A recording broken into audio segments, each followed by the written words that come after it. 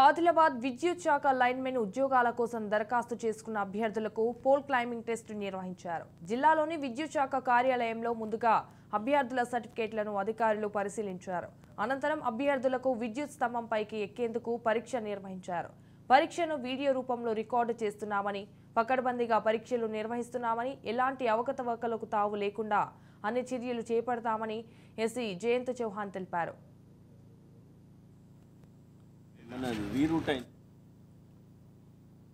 ALM రిక్రూట్మెంట్కి ఈరోజు పైనుంచి మనకు ఒక 10 మందికి పోల్ ఎక్కియాలనేది వచ్చింది. కాబట్టి రూల్ ప్రకారం అన్ని వీడియో చేస్తున్నాము. వాళ్ళు పోల్ ఎక్కితే ఉద్యోగాలు వస్తాయి. 10 మంది 10 అంటే ఒక ఆయన చనిపోయిందంట, 9 మంది వస్తారు. వాళ్ళు పోల్ ఎక్కితే ఖచ్చితంగా ఈ పోల్ ఇదే బేస్ కాబట్టి పోల్ కరెక్ట్ ఎక్కితే వాళ్ళకి ఫర్దర్ రిక్రూట్మెంట్స్ అనేవి ఉంటాయి. వాళ్ళకి ఉద్యోగాలు